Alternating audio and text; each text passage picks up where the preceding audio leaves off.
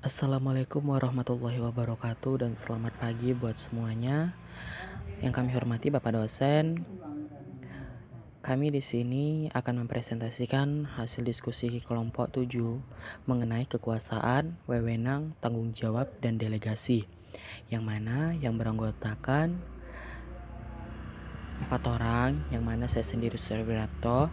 Saya bersama rekan saya Anggi Fitria Rizkiani, Cut Anissa Rahmadiani, dan Wandara Ainun.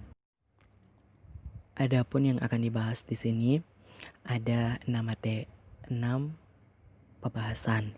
Yang mana yang pertama ada kekuasaan atau power, yang kedua kewenangan atau authority, yang ketiga ada tanggung jawab atau responsibility, yang keempat ada pelimpahan wewenang dan tanggung jawab atau delegation, yang kelima ada sentralisasi dan desentralisasi dalam pengorganisasian dan mendesain pekerjaan atau job design.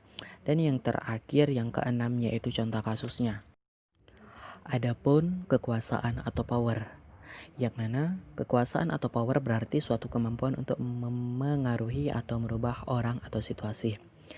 Yang mana kekuasaan sesungguhnya merupakan konsekuensi logis yang muncul dari setiap organisasi yang di dalamnya terdapat pimpinan dan bawahan atau manajemen, puncak, dan manajemen tingkatan.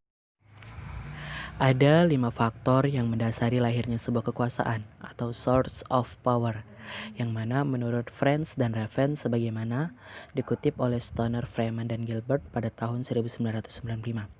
Yang pertama ada reward power, yang kedua ada coercive, yang ketiga ada power legitimate, yang keempat ada power expert power ya, dan yang kelima ada referent power. Adapun pembahasan yang kedua yaitu mengenai kewenangan atau authority, yang mana kewenangan atau authority ini pada dasarnya selalu merupakan bentuk lain dari kekuasaan yang seringkali dipergunakan dalam sebuah organisasi, yang mana kewenangan merupakan kuasaan formal atau terlegitimasi. Ada kewenangan formal di sini namanya, tapi dia memiliki 2 pandangan. Yang pertama, pandangan klasik, yang mana pandangan klasik ini mengenai kewenangan formal menerangkan bahwa kewenangan pada dasarnya terlahir sebagai akibat adanya kewenangan yang lebih tinggi dari kewenangan yang diberikan. Dan yang kedua, ada pandangan berdasarkan penerimaan, yang mana berdasarkan penerimaan ini atau sering disebut dalam bahasa asingnya accepted view, yaitu memandang bahwa kewenangan formal akan cenderung dijalankan atau diterima oleh bawahan tergantung dari beberapa persyaratan. Adapun kewenangan dalam sebuah organisasi ini dapat dibedakan menjadi 3, yang mana yang pertama ada kewenangan ini, yang mana kewenangan ini mereka yang dalam organisasi bertanggung jawab terhadap berbagai kegiatan dalam rangka pencapaian tujuan organisasi.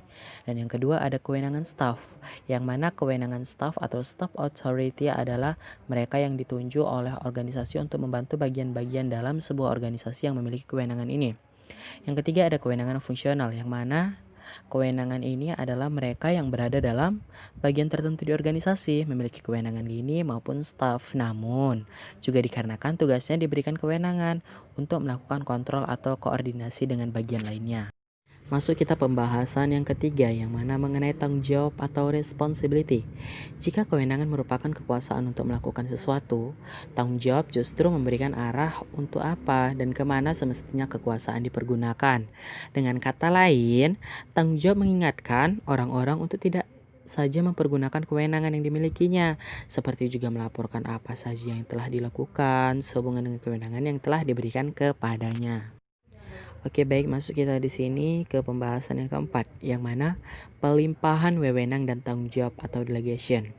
Yang mana arti dari delegation ini proses pengalihan tugas kepada orang lain yang sah atau tertelegitimasi menurut mekanisme tertentu dalam organisasi, dalam melakukan berbagai aktivitas yang ditunjukkan untuk pencapaian tujuan organisasi yang jika dilimpahkan akan menghambat proses pencapaian tujuan tersebut. Adapun manfaat dari pelimpahan wewenang, yang mana yang pertama, pelimpahan wewenang memungkinkan subbagian atau bawahan mempelajari sesuatu yang baru dan memperoleh kesempatan untuk melakukan sesuatu yang baru tersebut. Yang kedua, ada pelimpahan wewenang mendorong tercapainya keputusan yang lebih baik dalam berbagai hal. Dan yang ketiga, penyelesaian pekerjaan akan dapat dilakukan dengan cepat sekiranya pelimpahan wewenang tersebut berjalan sebagaimana mestinya dan diberikan kepada orang yang bertanggung jawab. Selanjutnya, ada agar pelimpahan wewenang dapat berjalan secara efektif, maka ada 3 kunci pokok yang perlu diperhatikan. Jadi 3 kunci pokok ini harus diperhatikan agar pelimpahan wewenang itu berjalan secara efektif ya. Oke, yang pertama ada kepercayaan manajer terhadap bawahan dalam melimpahkan wewenang perlu diiringi dengan pemberian kebebasan kepada bawahan untuk menjalankan kewenangannya menurut caranya sendiri. Ya, betul sekali. Yang kedua, adanya komunikasi yang terbuka antara manajer dan bawahan. Jadi, antara manajer dan bawahan itu tidak boleh sungkan-sungkan dalam memberikan komunikasi yang terbuka. Selanjutnya, yang ketiga, ada kemampuan manajer dalam memahami tujuan organisasi, tuntutan dari setiap pekerjaan, dan kemampuan bawahan. Ada seorang pakar ataupun ahli, yaitu Stoner. Dia memberikan prinsip klasik mengenai dasar agar pelimpahan wewenang menjadi efektif. Yang pertama ada prinsip skalar atau scalar principle. Yang kedua ada prinsip kesatuan perintah atau unity of command. Dan yang terakhir ada tanggung jawab, kewenangan, dan pertanggungjawaban. Yang mana mengenai penjabarannya bisa dilihat sendiri ya. Dan selanjutnya ada ketiga kunci pokok sebagaimana diterangkan di atas dapat mendorong pelimpahan wewenang menjadi lebih efektif jika diiringi oleh beberapa tindakan. Jadi atas dari tiga kunci pokok tersebut, ini adalah tindakan yang harus diiringinya. Yang mana yang pertama penentuan hal-hal yang dapat didelegasikan. Yang kedua ada penyediaan sumber daya yang dibutuhkan. Dan yang ketiga ada pelimpahan tugas yang akan diberikan. Maaf, sebetulnya ini tindakannya itu ada 4, yang mana yang terakhir yaitu intervensi pada saat diperlukan. Masuklah kita ke pembahasan yang kelima, yang mana sentralisasi dan desentralisasi dalam pengorganisasian dan mendesain pekerjaan atau job design. Mana sentralisasi ini merujuk kepada cara pengorganisasian, di mana keseluruhan tugas, tanggung jawab, dan perintah dipusatkan dari hierarki yang paling tinggi untuk kemudian hierarki yang di bawahannya menerjemahkan dalam bentuk tindak lanjut dari apa yang telah diputuskan dari hierarki yang tinggi. Dengan kata lain, sentralisasi adalah pemusatan kekuasaan dan wewenang pada hierarki atas dari suatu organisasi.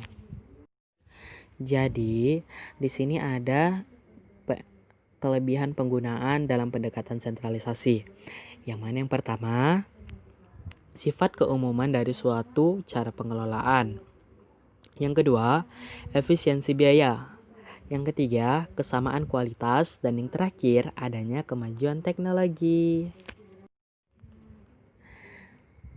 Adapun desentralisasi di sini merujuk kepada konsep pengorganisasian yang memandang bahwa apa yang terjadi di lapangan atau dalam kenyataan sering kali tidak sesuai dengan apa yang dipahami oleh hierarki tertinggi dari sebuah organisasi. Oleh karena itu, perlu ada pembahasan porsi dalam hal pengambilan keputusan dan kebijakan. Di sini ada pun kelebihan dari penggunaan pendekatan desentralisasi, yaitu yang pertama kedekatan dengan sasaran, kedua pengetahuan lokal atau lapangan penerimaan dari pihak sasaran, dan yang ketiga keputusan yang lebih fleksibel. Jadi selain beberapa kelebihan tersebut, selalu ada keterbatasan ataupun kelemahannya itu. Tapi di sini kita bahas tentang keterbatasan dari desentralisasi, yang mana yang pertama ada kualitas yang mungkin berbeda dari satu daerah ke daerah lainnya. Dan yang kedua ada biaya yang relatif tinggi. Karena apa? Karena adanya berbagai keragaman dalam hal cara pengelolaan, pengambilan keputusan, dan juga berdampak kepada aspek pembiayaan yang mana selalu beragam. Adapun beberapa faktor yang biasanya dijadikan pertimbangan dalam menentukan apakah sebaiknya pendekatan sentralisasi atau desentralisasi yang dilakukan. Paling tidak dapat dilihat dari faktor-faktor yang mana faktor-faktor tersebut yang pertama mengenai biaya dan resiko yang terkait dengan keputusan sentralisasi atau desentralisasi. Yang kedua, mengenai kecenderungan manajer dalam memandang bawahannya. Yang ketiga, ada tentang budaya organisasi. Yang keempat, mengenai kemampuan dari manajer level bawah atau bawahan untuk menjalankan tanggung jawab sekiranya desentralisasi dilakukan. Oke, dari kelima pembahasan di atas, yang mana pembahasan terakhir itu mengenai contoh kasus, yang mana kami mengambil di sini contoh kasusnya adalah PT Golden Castle. Ini bisa dibaca mengenai PT Golden Castle-nya.